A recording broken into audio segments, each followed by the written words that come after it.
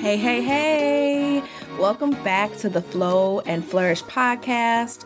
You are in the space where we talk openly and honestly about all of the many things that we are trying to juggle as moms, wives, entrepreneurs, business owners, full-time employees, and all of that good stuff. I am your host, Nicole Roan, the Capacity Coach, and I'm so grateful that you're here. If this happens to be your first time joining the podcast, then welcome. Hey girl, hey.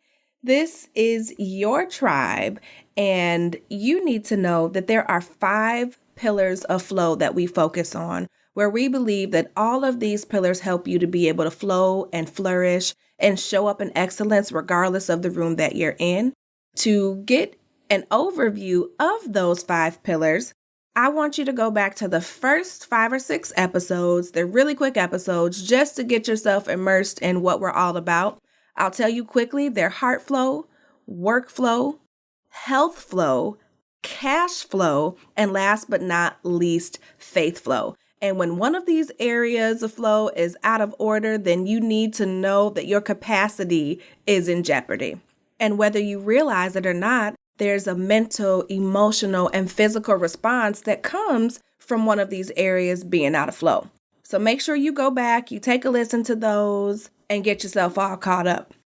As for today, for all my listeners who have been here, listen, we have such an amazing episode today.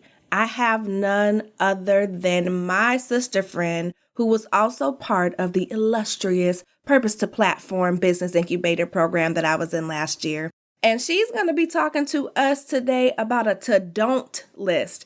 Yes, I said what I said, the to-don't list. Instead of our to-do list, this to-don't list is going to help us to know where to focus our time, energy, and resources. Now, before I read her official bio, I do want to let you know that this episode is being brought to you by the Balance Booster. Yes, this is my 90-minute intensive one-on-one coaching session where we work together to figure out what is going on in one of your areas of flow. We put together a plan of action based on what your goals are. And really, I'm helping you identify what your real priorities are so that you can spend the time and energy focusing on that versus filling up your capacity with stuff that is not aligned to what you're trying to do. So if that is something that you need in this season of your life, make sure you go right on over to my website or anywhere on social media, and we can book a complimentary capacity check-in, okay? Now let me get into Miss Tiffany's official bio. I'm going to tell you real quick too. I know I say it every time, but I really need you to have a pen and paper ready or something because there's so much information. Like I've had to go back and listen to this episode a couple of times already. So your girl is telling you in advance, have something ready to get all of these nuggets. Tiffany Huff Struthers is a wife, mother, and a woman of faith. She is called to minister and mentor women and passionate about helping women reinvent themselves following their worst setbacks, helping them find their voices, and then building businesses with their stories. Tiffany lives out her calling as an evangelist, award-winning author, sought-after speaker, coach, and host of the Fulfilled and Financially Free podcast. Tiffany recognized her gift to uplift at a very early age as her family became the billboard example for the epidemics plaguing the Black community, including drug abuse, single parenthood, gangs, poverty, and divorce. Nonetheless, Tiffany became the first in her family to graduate college and received numerous scholarships, including one from the Bill and Melinda Gates Foundation to attend graduate school. In the midst of her graduate studies, she found herself in a relationship she had no idea how to end and seemingly suddenly went back from hardworking mother and student to heartbroken and homeless after being shot by her first love. Refusing to accept her worst setback as defeat, she began a journey of reinvention and had become the go-to for other women on the journey to do the same. Tiffany's resilience and resourcefulness is known to be a catalyst for changing lives after every single encounter. She is the founder and director of When She Thrives, which is a nonprofit with the mission to help equip single mothers to move their families from poverty to prosperity. Everybody, help me welcome Tiff to the Flow and Flourish podcast. All right, Miss Tiffany, ma'am, welcome to the Flow and Flourish podcast. How are you, love? I am doing well. Thank you so much for having me. I am so excited and honored to be your guest. Listen, I know we've been talking about this for a while, so I'm just as excited to have you here. And I know this is going to be such a bomb episode, and so many people need to hear this because we talking all about the to-don't list today. Yes, let's get into it. Listen, before we jump in, can you just talk to us a little bit? Tell us a little bit of your story, kind of how you got here, what you do, why you do what you do, and we'll go from there. I'm laughing because it's like, When I start, the long and short of it is because God. That's why I'm here. Because God. That's why I'm doing this work, because God. Because we won't even go into what I would be doing if it was up to me. Probably be something raggedy. Listen, I'm laughing too because I just did a podcast with Courage, and I asked her the same thing. Like, well, how did you become a faith coach? How did you get into this? She was like, girl, kicking and screaming, this is not what I wanted to do. Listen, but I learned very early on that if you get into a wrestling match with God and you think you're winning, you are losing. Okay, so that is ultimately how I got here. It is a consistent act of obedience. I will say that for a very long time, I was climbing up the wrong ladders and being successful.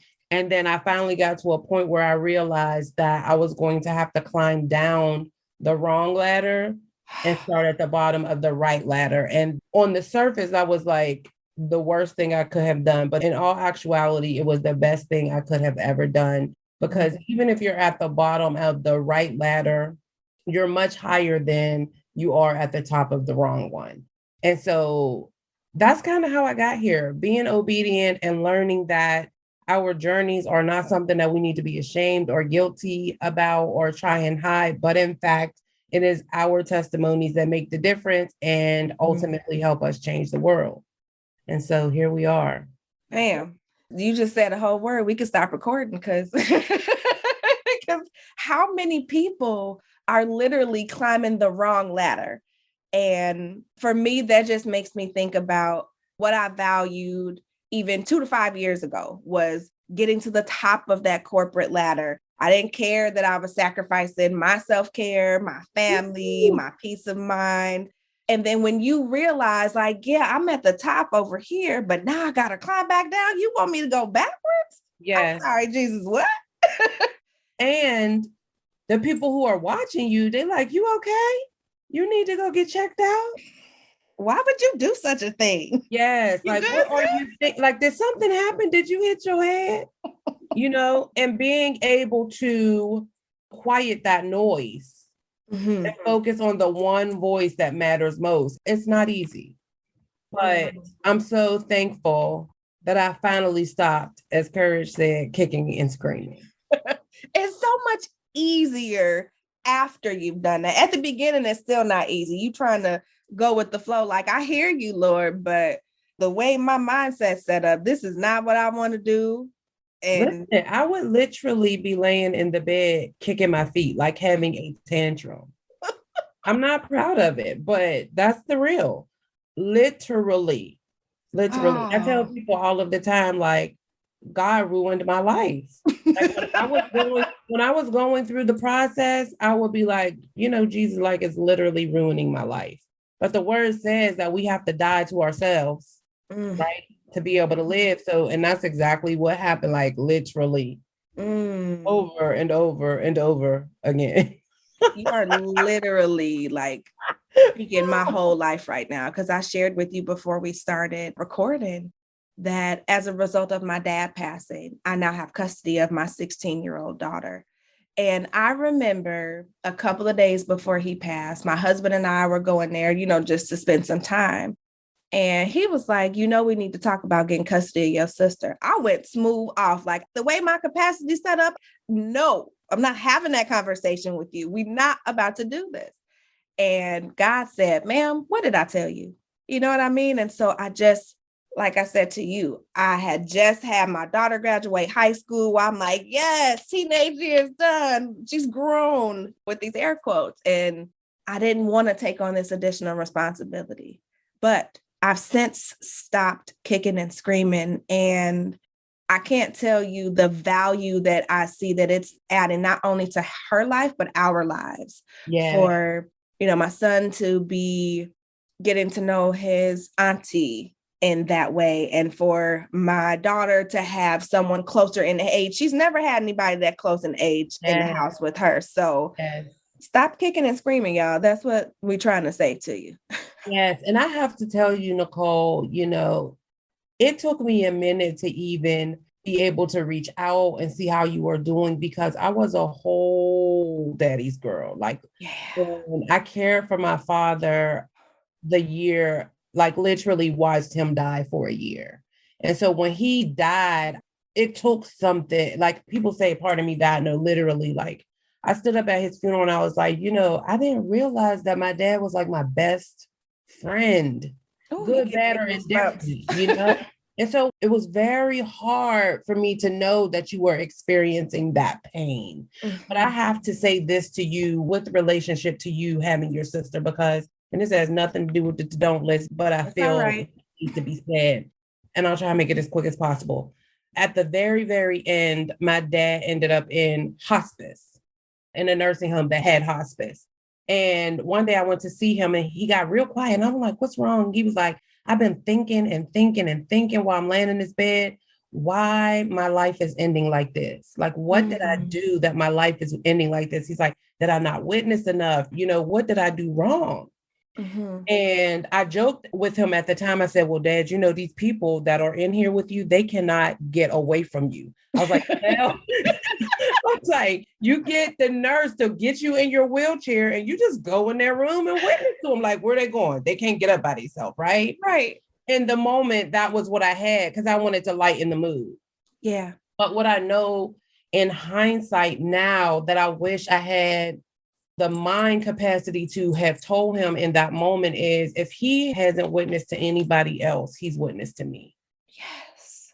And though it's in his absence, I now have all of those seeds that he's planted that I'm sharing with other people that are going to have a trickle down effect, a trickle down effect, a trickle down effect. And even more so for you with your sister. She didn't have your dad as long as you did, but she has you to stand in the gap. And so all of those things that he's poured into you, that you can pour into her and your other children, and the work that you're doing. So count it a blessing. Count it a blessing, because I wish that I had been able to tell my dad that, and I can say it's these women, but you have a direct connection now to your sister, to be. You can't replace him, but to be who he was for you. That bridge. And I know it's not easy, right? Nothing that we ever do that's worthwhile is easy, but it's a privilege and a pleasure and just another opportunity for you to make him proud, to carry on his legacy. Yeah. And so. You don't even know that you are witnessing to me right now, because it was the same thing. I watched my dad for the last 2 years really die, taking care of him, right? And he too was on hospice, but at home, because he was stubborn as all get out. I was like, I'm not going to nursing home. What I'm not going to do is that. But he said literally the same thing. What did I do to go through ending my life this way? And I too made a joke and said, well, maybe you shouldn't have been shooting people with BBs when you was a little boy out the window, which is a true story. And so made light of the situation. But still, to me, this ties to the to don't list, because there were a lot of things that I had to put on my to don't list in order to be there to show up for him. There are things that are on my to don't list today so that I could be that bridge for my sister and carry out that legacy and really take everything that he's put inside of me and share not only with her and my children, but his legacy, right? To share with the world. And I know that we've started out kind of heavy, but, people die every day. and we're trying to figure out how to cope through those things. And, having a to-don't list to me allows you to be able to do that. You got to figure out what is not deserving of your time, your energy, your thoughts, all of those different things. And so I just thank you for sharing that with me, because I too am a daddy's girl, and it's been almost 2 months. I see it. I could hear in the words that you were saying, and I wasn't, and not trying to make it about me, but I fully understood. It was too much for you, wasn't it? Yes, it was like, wow, I never want anybody to endure that pain. Yeah. Never. Yeah. Oh, well, thank you for letting me know that I'm not alone. And absolutely not. I'm glad I know what we're saying, even though it wasn't part of what we thought, it's still part of it, and it's touching somebody else. So, girl, transitioning, tell me about this to-don't list, because I know somebody's like, what? To-don't list? I got a to-do list? How did it even work? So talk to me about where this came from. So the to-don't list came from overwhelm, right? Mm-hmm. I would say overwhelm and guilt. Because let's be honest, we want to do the most. And when let me go back. I had a phase, a season, too many seasons of my life. I won't say we, right? No, I'm in that overachiever class. Listen, I'm raising my hand. Have a tendency to get overwhelmed and also feel guilty and shame around, having some things that we wrote down not checked off today, or this week, or this month, or this year, or by the age 30, or by the age 40, right? Mm-hmm. And sometimes we have so much guilt and shame that we won't give ourselves permission to stop, right? And really evaluate what's on that list. Why is it on that list, right? What's most important? And for me, for a very long time, being an overachiever, what was most important was checking everything off that list, right? Yep. But thinking about what's most important has to start before you even write anything down on that list. Hello. And so the to-don't list is about being intentional about making sure that you are focusing on, thinking about, and doing what's most important, period. And the to-don't list has to be written before the to-do list. Otherwise, you run the risk of, having some overlap or putting something on your list you don't have any business, right? And learning that just because you can doesn't mean you should. Ooh, listen. Just because you're good at it doesn't mean it's what you're assigned to, right? The other thing that the to-don't list actually supports is you building up your strength in setting and maintaining boundaries. Because baby, if your to-don't list don't have boundaries, you will be taking on all types of stuff that you have no business. And largely because you want to help, because you want to be supportive, because you want to do more of the things that bring you joy. Mm-hmm. But we have to get to a place where the quality is much more important than the quantity. Oh, listen, I knew we should have just stopped recording at the beginning, because you done said so much. I couldn't even write fast enough. Jess. First of all, helping us understand that to-don't list has to be written before the to-do list, right? Yeah. And even prior to that, understanding what is important. Because I'm talking all the time about how in order to manage your capacity, you have to separate the essential from the important.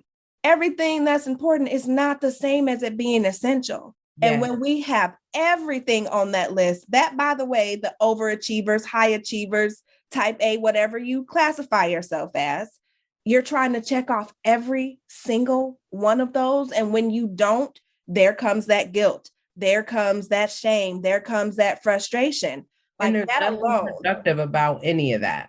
Girl, no, because then your time and energy and your mental capacity is focusing on what you couldn't get done, what you shoulda, coulda, woulda did, right? Yeah. All of those things. And you said something else. You talked about the boundaries, right? The boundaries that are needed in order for you to even create that to don't list? Yes. Like, talk to me about that. So a lot of times when we think about boundaries, we think about other people, like I need to stop her from being able to do this. I need to stop him from being able to do this. But the reality is that you have to set boundaries with yourself. You have to be accountable to yourself first. You can't expect someone else to respect your boundaries when you don't respect them yourself. And so I work really hard with my clients to help them realize that you don't have to set 5 goals, 3 goals, 10 goals at the start of the year or the quarter or the month. One goal. What is the one goal you can set that will have an impact on your entire life? Now, that doesn't mean that there won't be tasks and projects within other areas that, lead back up to that goal. But if it doesn't align with that goal, even if it's an amazing thing, even if it looks like an opportunity, it's an obstacle and it's going to distract you. So you first have to be able to set the boundary and say, this is where my intention is lying. This is what is most important. This is what is going to move me and the people God has assigned to me, who I have dominion over, be it your children, your clients, your family at large. This one thing, me focusing right here, is what's going to change everything for everybody attached to me. Once you get to the point where you can do that, and it takes work, we fall short. Mm-hmm. Some show up with bright lights and we be like, oh, what's that? How's that? Ooh. What is that? Right? Oh, but the thing is, you can be attracted to it, but before you say yes, you coming back to that goal. That one goal. Yeah. Yes. And you saying, this is good. This could work. Is it for right now? Or is it something you tuck away for later? Mm-hmm. So you have to have boundaries with yourself. And that's what the to don't list helps you to do. And so it starts with that focus. And then there are 3 steps that I give people to help them build their to don't list. Listen, before we jump into them steps, I'm going to need to re-listen to this again because, just so many nuggets. I was smiling and nodding because last week I was talking about boundaries and how just as important as it is for us to set boundaries with other people, we have to first set them with ourselves, right? Yeah. And the boundaries not only teach other people how to treat you, they're holding us accountable for what it is that we say that we want, that we need, that we desire, all of those different things. And so that intentionality, like, for example, this morning, I'm learning how to continue to take my own advice because I'm going to be honest, it's not easy. It's so easy for me to coach my clients and tell everybody else what to do. But I had to be intentional about the one goal that I'm working on right now. I'm focusing so much in my health flow, right? Yeah. Come on. Listen, I'm focusing on my health flow. So that means being intentional about the decisions I make every single day throughout the day. Yes. Instead of me choosing to go to McDonald's or to go somewhere else and get fast food, I made a healthy breakfast this morning. And then instead of me deciding to sit on my phone and scroll through Facebook and Instagram, I said, I have 45 minutes before my next call. I'm going to go take that 30-minute walk because these small steps are leading to my big goal and I'm holding myself accountable. That's right. It's the boundaries. So, ma'am, something else you said, or opportunities can be obstacles and distractions. Everything is not a right now thing. It's not. And that comes, I know I keep saying it, but it goes back to you being okay with your one goal, right? This is where you are in this season. Just because it's the trendy thing to do, is what everybody is doing. Like, don't get FOMO. Tell them again, please. No FOMO. You don't know what 1 month, 1 week, 1 year of obedience and consistency can get you. But the moment you veer off that path, you might prolong your time, right? Mm-hmm. And it's a real thing, right? Especially in the world that we live in today. Like you said, you on Instagram, you on Facebook. Now it's Clubhouse. We're not even going to talk about CNN and MSNBC. All of Alignable, the other networking places. Look, podcasts. Everything is coming at us so fast. And the sense of urgency from the messenger is almost sometimes detrimental because you feel like you have to be doing everything right now. Mm-hmm. But if you're doing everything, you're really doing nothing. Mm-hmm. Ooh. And we have to give ourselves permission to say yes to ourselves, which means you're going to have to say no to something and someone. Yes. Look, as I was walking, I was thinking about what kept coming up for me was, with capacity, yes, it's about making room. It's about saying no and saying yes. But what are you willing to give up? Because yes, you can have it all, right? You can have work-life balance. You can have your family. You can have a successful career, but you cannot do it all. So what are you willing to sacrifice? Like, that's literally what came up in my spirit for me. Yes. And so I want to know your thoughts on this too, because I know as a Black woman and as a woman in general, we're taught to multitask to the T, do this, do that, do this, wear all these different hats. And so for me, learning how to just do one thing at a time is so unnatural. It feels so odd. So how do we get to that point? And maybe this is a good transition to talk about the, steps, but ma'am, what do you think about that? So I think just to go back to something that you said, you have to sacrifice some things, right? But you also have to be willing to surrender some things. They're not necessarily the same. No. You hear people who have these success stories and they talk about how they had to sacrifice going out with their friends and da-da-da. But sometimes you have to be willing to surrender something. It doesn't necessarily have to be a bad thing. It just has to be something that you're carrying that's not for you to carry in this season. And that does, right now. Yes, it does go right into those 3 steps. But here's what I'll say about, I did a series on the podcast about the lies we tell ourselves, which you were a guest and part of. And that's one of the lies that we tell ourselves is that we have to do all and be all. And a lot of times we've been taught that either intentionally or unintentionally by the women who came before us, who raised us, who contributed to us. And just because they did it that way does not mean that that's the way it's supposed to be done. You have to be careful of the lies you take on as truths because of the source, right? Love your mama, love your grandmama, love your aunties, but be able to differentiate some of the things that you took on as truths that are actually lies that are keeping you bound. And that's one of them. Multitasking. I remember I used to put that on my resume all of the time. Multitasking. You're good at multitasking and felt good about it, right? In my aunt's voice, it's a skill from the pit of hell. The real skill is, especially in the world we live in today, is being able to focus in the moment, in the out, being able to focus on that one thing and be able to set everything else aside until that thing is done. Being present, right? You hear people talk about it all of the time, but you can't tell me to multitask and be present. Like, make it make sense, one or the other. That's not how that works. That's not how you cannot do both, ma'am. You're not. You cannot. So yeah, that's what I think about that, and I used to be that one. S on my chest.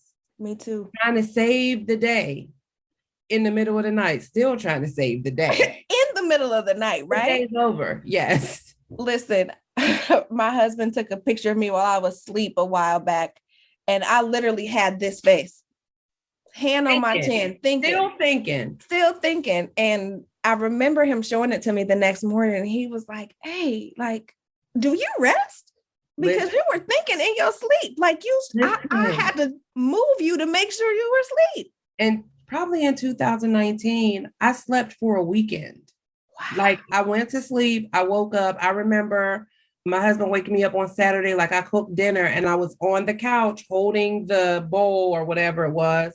And I was asleep again. And I was afraid. Like, I woke up on Sunday and I was like, the weekend is over. Like it's gone.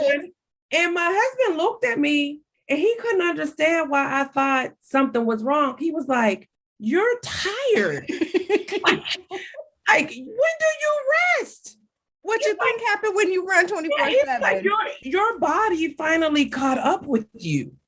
He was like, that is only abnormal because you are functioning abnormally. And it was a huge wake up moment for me. I literally thought like I needed to go to the hospital. He was like, no, you were just tired. You were tired. Your body said, enough. Rest. Period. Yes. Wow. Girl. Now talk to us about these steps that we can take in creating this to don't list, because I want you to know that from the time I heard you say this, I know we did one Clubhouse together and you talked about this, but I create a to don't list before I do my to-do list, because it helps me to make sure that there's none of that overlap that you talked about. So talk to me about these steps. You can do these in any order, but I think it makes sense to do it this way. So the first one is, what can I delegate? You know, I'm big on delegation, right? Now, this comes with both sacrifice and surrender, because you have to be willing to sacrifice it being done your way. And you have to be willing to sacrifice it being done perfectly. Right? And you have to be able to surrender responsibility. Right. And knowing that when you delegate something to someone, you are empowering them. Right. We as leaders, we want to raise up leaders. So you want to empower the person that you're delegating to. That means when you delegate, don't be calling and texting every 5 minutes. Because don't be micromanaging. Yes, we're not doing that. We are allowing that person to take responsibility for whatever it is, whether it is you deciding that your daughter is going to cook dinner on Tuesdays and Thursdays, or it is a staff person or, you know, someone on your team who is going to have added responsibility. Completely release it. Now, obviously, you want to do so with some standardization, right? Like this is the expectation. So you do have to take that piece of it on. But after that, you have to be willing to release it. Ma'am, I'm nodding in agreement, because I'm often saying that like delegation is a part of self-care, and you have to do this both in your personal and your professional life. And I remember reading something that stuck with me. So I say it all the time. I don't remember who it was, but if you find it, you let me know. But it's that you can't tell somebody what to do and how to do it at the same time. Like, where's the empowerment in that? So I love that you say that. Yes, don't call, text every 5 minutes. Let them do what they're going to do and let them come to you with questions. It ain't your business no more. That's right. And when you look at the things that you have to do and you're trying to determine what to delegate, you can determine, you know, don't set the standard for the person having to do it 100% as well as you. 80% might be enough. 70% might be enough. 50% might be enough, especially if you are an overachiever or a perfectionist, right? And I'll be calling me out. I'll give you an example. You know, a lot of people started doing this because of the pandemic, but I find that it just makes sense. My husband's like, oh man, he likes to go to the grocery store every day. I don't. I use the grocery delivery services. Oh, but I don't like when people pick my fruit, and I don't like when people listen. He sound like Chef Ron. Sir, if you want to go smell fruits and vegetables, have right on at it. I'm going to order what I need. Okay? Right. And there may be a day like when you are making something particular, you're going to go to the grocery store, but on a consistent basis, Instacart has me. Listen, and I'm the way my capacity set up, they going to do what I need them to do. Right. So that's an example. So after you've delegated, then you want to look at what you can automate. So Instacart is an example of a double whammy. It's delegated and it's automated. 2 for 1. Yes. You know, so what is it that you are doing every single step of that if you invest the time, you could automate and it could be done for you. So it's one less thing for you to worry about.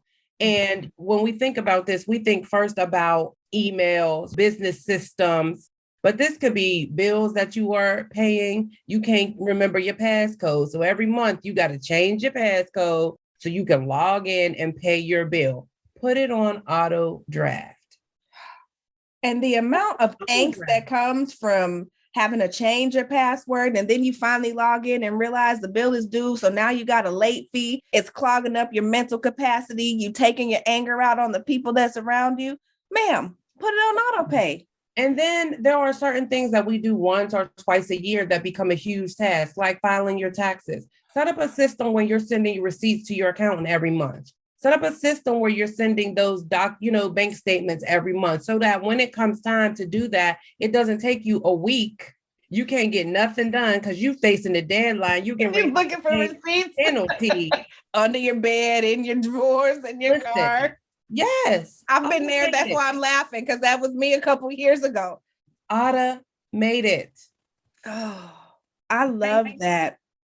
Think about the things that you do. And I should have said this initially before I gave you those steps. Like, think about the things that you do weekly, monthly, quarterly, that are the same things over and over and over again. These are the things that, they don't have a lot of variation. Those are the things you can look at most, the quickest to be able to delegate and automate. I love that. And I want to add one to automate that I know I may get some frowns on, but I was working with another coach and we were talking about automating laundry, because laundry is the bane of my existence. I hate that every time I empty the basket and get something put away, I blink and it's full. Like, who has time to be doing all the laundry, putting it away? Like, no. And so even within household items, right? Delegating laundry, because for me, it's painful. It takes up so much time running up and down the stairs. Now, we have like a tri-level townhouse. All the bedrooms are upstairs on the highest level. The laundry's all the way in the basement. So yes, I'm getting my steps going up and down and back and forth, but then I'm the type that will leave my laundry in the basket too long. Now I got to iron everything because it's been sitting in the basket for a week. Ma'am, figure out how to automate some of that. And I want to add, don't be afraid to invest, because the money that you're spending to do those automations is giving you your time and your freedom. Yes. Off absolutely. My soapbox. Yes. Yes, absolutely. And you cannot put a price on your time. If you think about your laundry or anything else that you can automate, and you'd be like, but that costs too much. How much is your time worth? What is the value of 1 hour of your time? If it's costing you more to do it yourself than it would for you to automate or delegate, there's your answer. Period. Finished and done. Yes. Like, it shouldn't even take a second thought. It's getting in that mindset too, though, of really being able, again, these are things that we have been taught, that have been handed down. Do it yourself. Don't waste your money on X, Y, and Z. No. Well, not to mention, like, I can hear my grandmother saying, like, you letting somebody else wash your drawers? Listen, that's what keeps us from doing that. Girl, that couldn't be me. That ain't what a woman's supposed to do. Well, Grandma, I love you, but the way my capacity set up, I let them wash my drawers happily, okay? Okay. We got, so what can you delegate? What can you automate? And then the third one, which I find is the most challenging for us as overachievers, is eliminate. Ooh.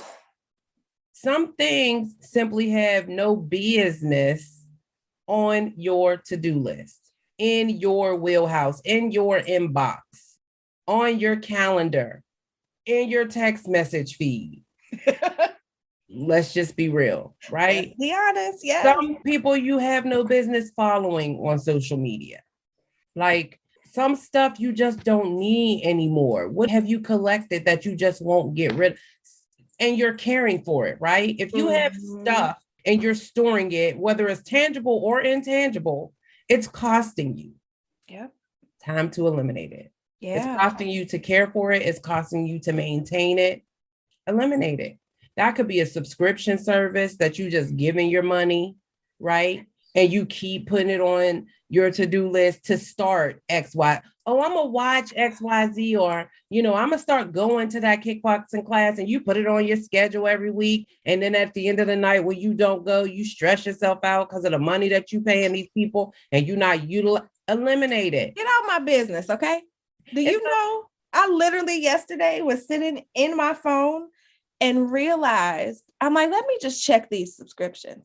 I had 3 or 4 subscriptions that I was just giving money away to for workout stuff, right? It was like Apple Fitness, some other kind of online, this, that, or the third, because I kept saying, I'm going to put it on my schedule. I'm going to do it. I'm going to try it. And I had to eliminate it. Yes. Like literally taking the time to eliminate these things because, like you said, mentally, physically, even emotionally, it's taking up your capacity. Yeah. You don't have the capacity to show up and do what you need to do at work or to do what you want to do for yourself and your family, because this is the stuff that you're holding on to that you don't even realize it. So what can you eliminate? And let's be clear in that, like I said, sacrifice and surrender. Everything that you will have to delegate, automate, or eliminate is not bad, right? Yes. But you have to be mindful, again, back to that goal, back to your boundaries, back to your capacity. What's most important, you can't be on 10 boards. Yes, the organizations have amazing missions. Yes, they're doing great work. Yes, you want to serve the community, but you don't have the capacity to be on 10 boards. And it does not serve you to pay your assistant to do the work that you're supposed to do from one of those boards when she needs to help you do what's most important. What you hired her to do. So it might be time to resign from some leadership positions or shift, right? You can still serve. You don't have to leave. That's one of the decisions I had to make this year. And it was challenging. It was something I had been doing for a while. And I have been part of a lot of growth. And like, it's time though. You know, everything has a season. It's time to move on. It's time to shift your focus. I had to eliminate that position. I thought about, well, I could still be on the board and not be the chair. And God was like, no, talk yourself into it. And in fact, this was something I was supposed to release not last year, not the year before, but even before. I had to leave my church. Not that I was leaving church completely, but it was time to move on. And I had some responsibilities there. I had to eliminate those. There's someone else with the responsibility to delegate it to someone else. And so I had to be willing to surrender and not let my fear or my concern about who would do it, how well they would do it, when they would do it. I had to surrender that to God. That was none of my business. Listen, I am just like, I'm outdone because you've said so many different things, even the surrender versus sacrifice and understanding, eliminating some of these things. They don't always have to be bad things. They do not. But managing your capacity to do them all is what's required. And as you were talking, I was thinking about how I've created this calculation that, there are 119 awake hours that you have available to do things throughout the week. So that subtracts, on average, I just said 7 hours of sleep because that's the doctor recommendation. That's what I base it off of.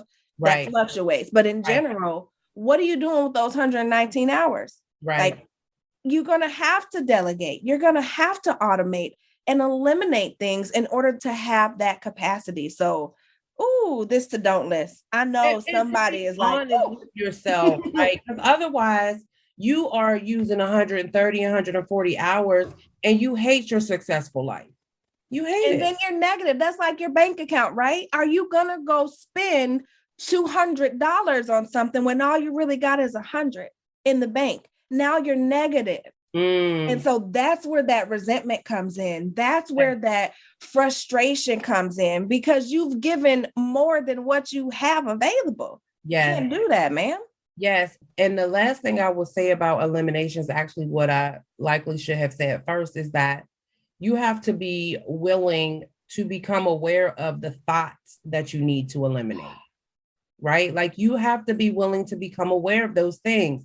Because there's some things that you just think about that you like, this is what I need to do. This is what I should do. Is it?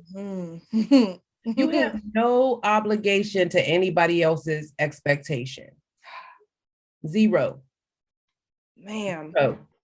And you do have to, from time to time, evaluate your own expectations of yourself.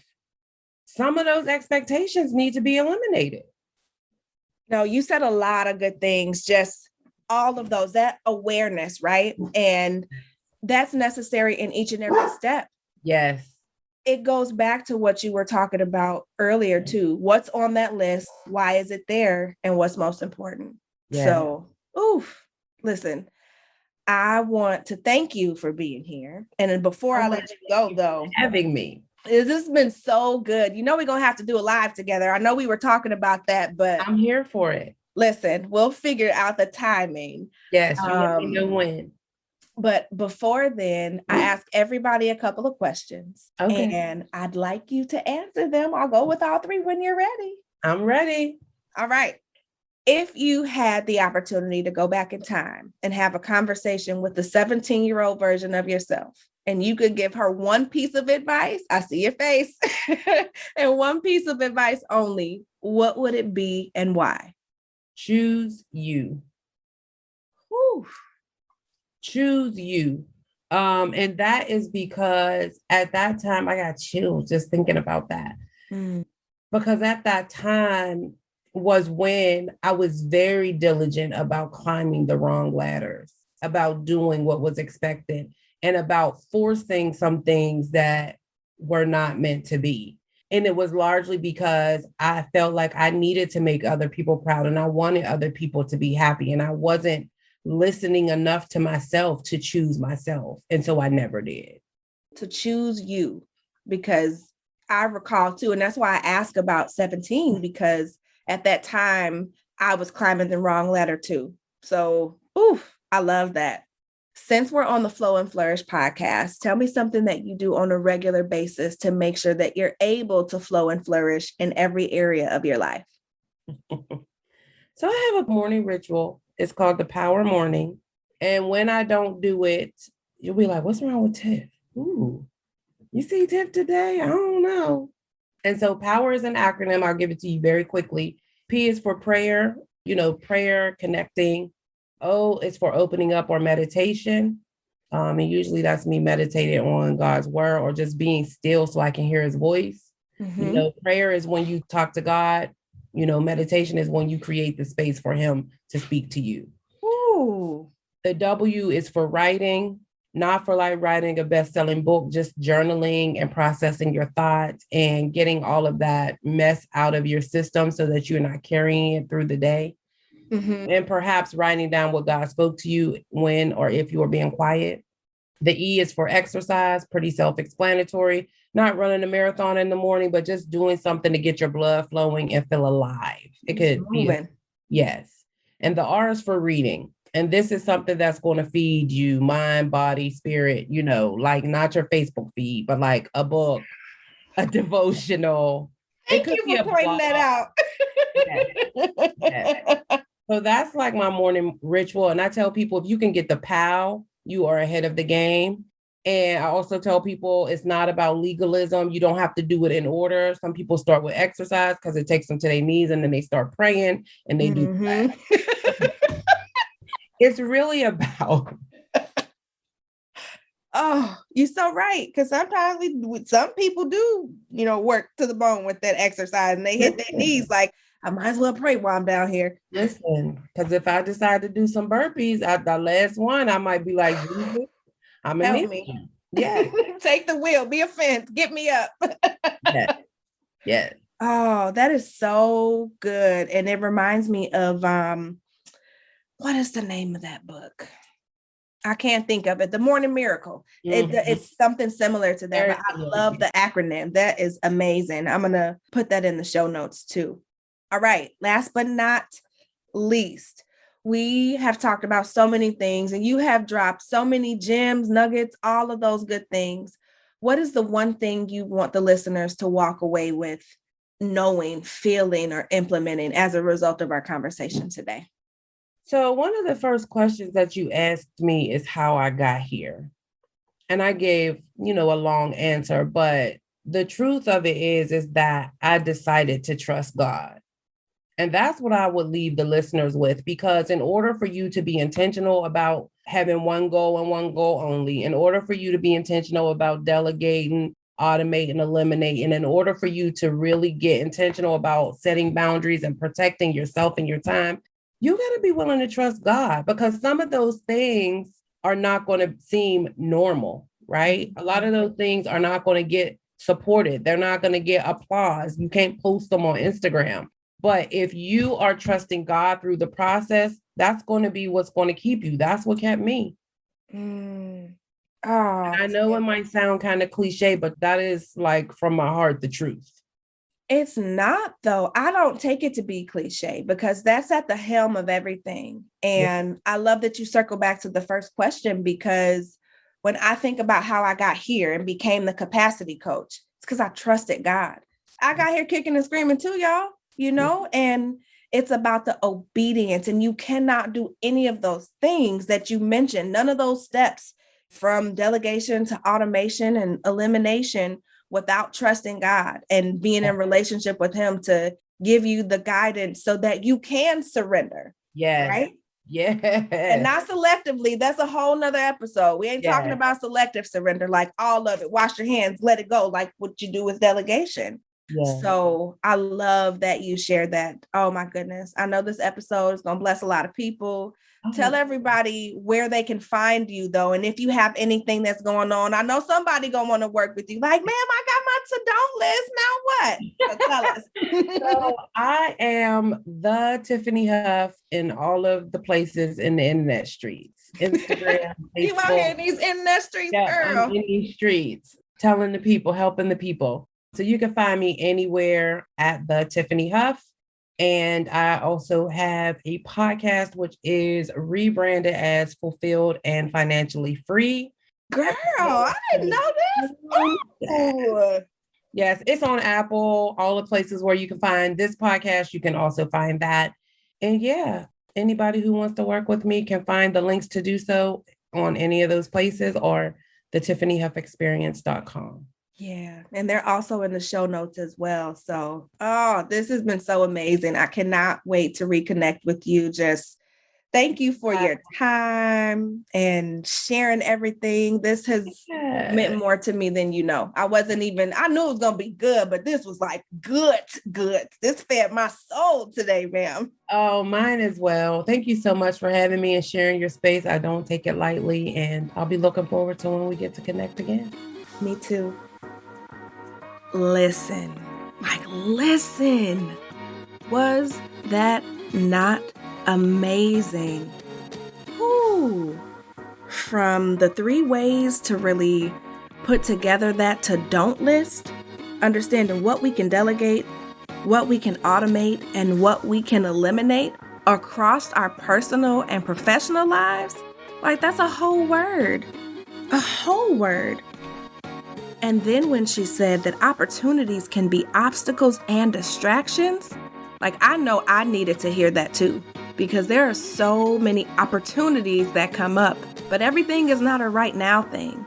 And so I'm sure that touched you too. Listen, it was just so good to connect with such a like-hearted, like-minded woman. And I know she said some things that are tugging on your heartstrings too. With us being almost at the end of September and going into the last couple months of the year, think about what she said. What can you delegate? What do you need to automate? What can you eliminate? Because these are the only ways that you're going to be able to free up your capacity and spend time doing the things that matter most to you. This is the only way that you're going to be able to be the mom, be the wife, be the friend, be the person you need for you to be. We got to start looking at what's on our plate and figuring out how to do these 3 things in order to manage our capacity. If this episode moved you, which I know it did because I'm still over here beaming, then I want you to make sure that you, number one, not only get out in social media and let Tiffany know how this hit different for you, but for you to also share this with somebody who needs to hear it. And if that somebody is you, listen to it again. Ain't no shame in that. When I tell you there are certain episodes that I listen to over and over again because I get new information every time, I mean it. So even if this is just for you to listen to again, make the time to do that. Free up some capacity to listen to the tips that are given, because I guarantee it's going to change your life.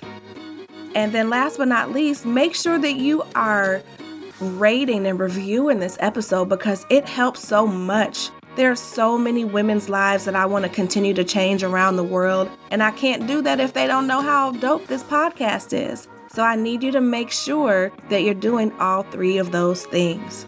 And listen, as for next week, I have my girl, the Cassandra Alexis, who is a newly published author. She's a chief empowerment officer. She's going to be talking to us about living our lives like a brand and how we are walking businesses. Okay?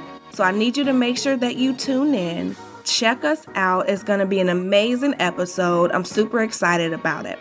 And you already know, if you need anything from me, I'm here. Most of us are, not used to asking for help, don't know how, or don't want to ask for help. Listen, you're not asking, I'm offering. So if you need some help and you're working through things going on in your heart flow, you got stuff that's going on in your workflow, in your cash flow, just any of the different flows, let's talk about it. Send me a message, book a complimentary capacity check-in. Let's figure out how I can help you so that you have the capacity to show up and do the things that you need to do on a regular basis. As always, I'm so grateful for you taking your time and energy to listen to this podcast. And I hope that you have an amazing rest of your week. Until then, I'm thrilled to be your capacity coach. And I look forward to continuing to be able to help you create balance between your personal and professional life without ever having to sacrifice yourself, your family, or what matters most to you. Talk to you soon.